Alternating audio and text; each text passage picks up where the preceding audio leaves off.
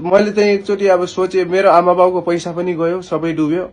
अब बुढी पनि रहेन, पैसा पनि रहेन। अब मैले बाँचेर के काम जस्तो ममा एकदम नेगेटिभ फिलिङ, नेगेटिभ दिमागमा यति धेरै नेगेटिभ थट्सहरू आउन छोड्यो। त्यसपछि मैले चाहिँ दुईचोटि चाहिँ सुसाइड एटेम्प्ट गर्ने कोसिस गरेँ।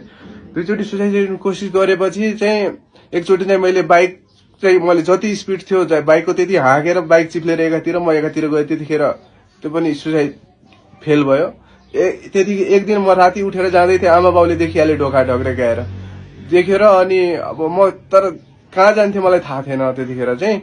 अब त्यो देखेपछि अनि दोस्रो दिनदेखि मेरो आमा बाउ मेरो रुमको त्यो ढोकामा सुत्न थाले। अनि त्यसपछि चाहिँ उनीहरू चाहिँ यो छोराले भोलि केही गरिदिने हो कि भनेर। अब उतिखेर चाहिँ म कमजोर भएँ कि त्यतिखेर चाहिँ एकदमै आमा बुवा भन्दा पनि म कमजोर भएँ। अब अहिले म जस्ट अब चाहिँ बिस्तारै मेरो सबै कुरा ठिक हुँदैछ।